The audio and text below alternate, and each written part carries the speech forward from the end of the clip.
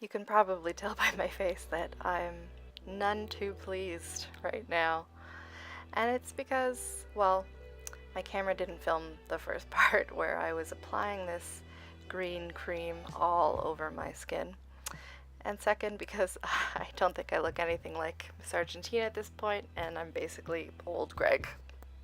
But that's okay. You get the gist of what I'm doing. I took a cream makeup and I'm literally applying it all over just as I would any foundation. I'm using a foundation brush, which is a stippling brush, and pressing in where I need more coverage. You'll see there's some spots that aren't as opaque, and so I'm going over those and making sure I'm as consistently one color as possible. And I'm also taking that all over the eye area. The cream makeup that I'm using is a combination of the light blue and the green from the Makeup Forever Flash palette. Don't forget your ears. Okay, so because that is a cream makeup, it really needs to be set quite well, so I'm going over it here with some RCMA no color translucent powder. If you have a green powder that matches this color, that's great. You can set it with that, whether that's an eyeshadow or another product, but translucent powder will work just as well. Good thing about cream color like this, once it's set, it should be pretty waterproof and stay well.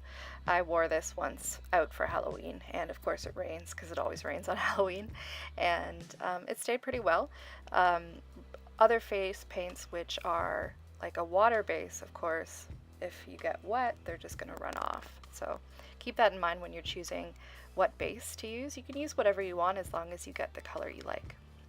Now I'm taking the Sleek Makeup Chaos eyeshadow palette, and I'm using the green color there as kind of a base for my eyes. It matches the foundation pretty well, so that's just going all over my eye area so that we can get ready to put all the other colors, because this is a pretty colorful eye look. And that's also going under the eye and just kind of all over to set. Over my lid, I'm taking this bright turquoise color from the same palette and putting just over the lid and under the eyes. The next color I'm going to use is the blue from that same palette, and it's going through the crease to really start defining the eye socket there. And I'll also take that underneath the eye. Now switching over to another Sleek Makeup palette, this is the Bad Girl palette. I'm taking this dark shimmery navy color and going even deeper into the socket there. I always have to remind myself that Miss Argentina is dead, and so I want to start contouring and shading the eyes and the rest of the face to make me look a little bit more gaunt and dead, or recently deceased. What I'm doing here is actually starting to try and elongate the eye a little bit as well. It's not really a winged eyeshadow look, but it is coming out a little bit at the corners there. I should take this time to mention this is a full recreation of Samantha Chapman from Pixiwoo's Miss Argentina tutorial that she did a number of years ago. I worked off that tutorial when I did wear this out on Halloween.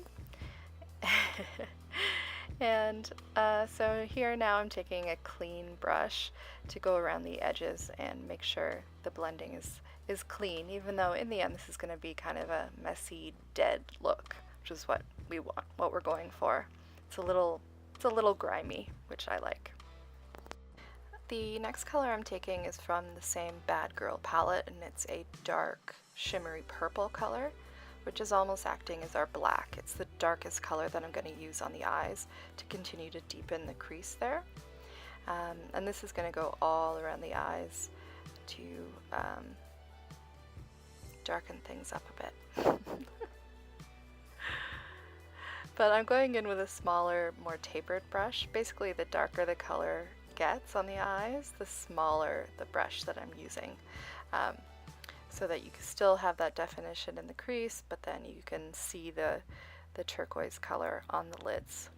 I was so nervous the first time I did this look that I practiced the eye look separate from the foundation, as you can see here on my Instagram. it's a really pretty eye look. I'd be quite tempted to wear it out in public, see what it's like without green skin. Yeah, so I'm continuing with that purple and really shading around the bottom of the eye and not being afraid to take it down quite far to grunge up the eye a little bit. And connecting it to the top crease there that we've been working on. Okay, eyebrows. Blue eyebrows, so fun.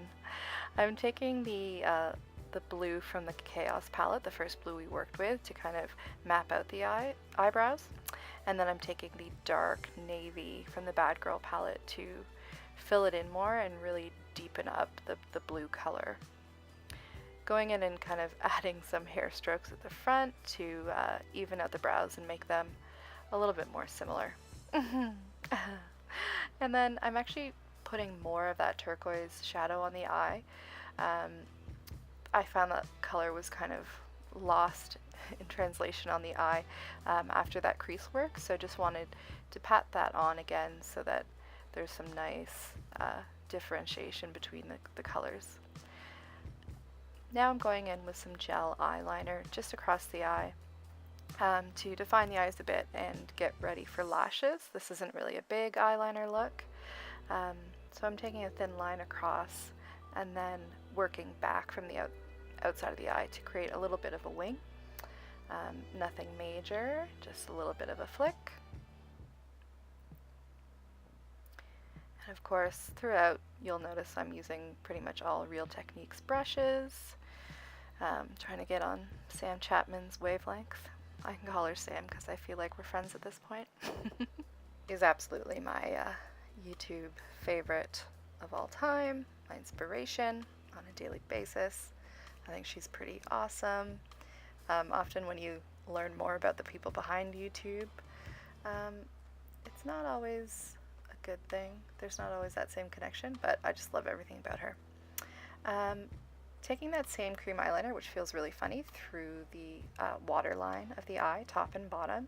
This will really help close out the eye and make sure there's not more skin showing, because remember, our skin is supposed to be green, so covering up that little bit. Now working on contouring my cheekbones, I'm using the first blue eyeshadow from the Chaos palette to lay down the initial contour, and I'm bringing it really far down my cheeks and not being afraid to kind of go ham because this is a dead look. So bringing it down right to my jawline, really just trying to look as gaunt as possible here. I'm also, of course, taking that across my jawline and up towards my temples a little bit as well. You'll see later. I'm going to deepen that up now with the darker navy eyeshadow that we used before. Just because, you know, it's a Halloween look. You don't have to be shy with the contour. You can take it pretty deep, as you can see there. And then just working it up towards my temples and making sure that I'm as much of a skeleton as possible. Now just going back into the eyes, I want to darken them up a little bit. I'm taking the brush that had the purple on and really going into the socket there to see if I can get my eyes to look a little bit more like sunken in and dead. Now I found as I was doing the eye makeup that my green foundation was wearing off a little bit in some places, which is cool. I just patted a little bit more on where I thought I needed it. Now I'm just curling my eyelashes here with the Shu Imura eyelash curler and just getting the eyes ready for a quick coat of mascara on the top and bottom lashes. Getting the eyes ready for some false lashes. I'm using some Quo lashes here. This is just kind of a light and glamorous pair. Of course, Miss Argentina is the epitome of glamour, as she's a dead beauty queen. So just setting those on my eyes and then tucking in the corners with my tweezers. I don't wear lashes often, so this is pretty exciting. They really do help to take a look to the next level. Next, I'm going to be going back in with that first blue from the Chaos palette to just contour my nose a little bit, connecting it right up into the socket that we've deepened up there with the purple. I'm just taking a little bit of shimmery green eyeshadow from a Limecrime palette and using that as a bit of a highlighter. It's pretty tricky to find a green highlighter, but eyeshadow works well. Okay, and moving on to lips, I'm just painting on a nice coral lip. This is a Revlon Super Lustrous color, and I think it's something silly like Kiss Me Coral. So that's going all over the lips. And I found once I had that on that it was a little too bright and clean. So what I did was I took my eyeliner brush that I used previously, didn't add any product or take any off, and just kind of went around the lips and darkened them a little bit, made them a little bit smaller as well. I just thought it was a better transition from the coral color into the green skin. And so there's the completed makeup look. I'm just giving you a chance to kind of see it from all angles. And now we've got our trusty old wig cap on, and we'll get ready to put on the wig and kind of finish the look. So the wig I'm using is from Party City. It's just a long red wig with bangs.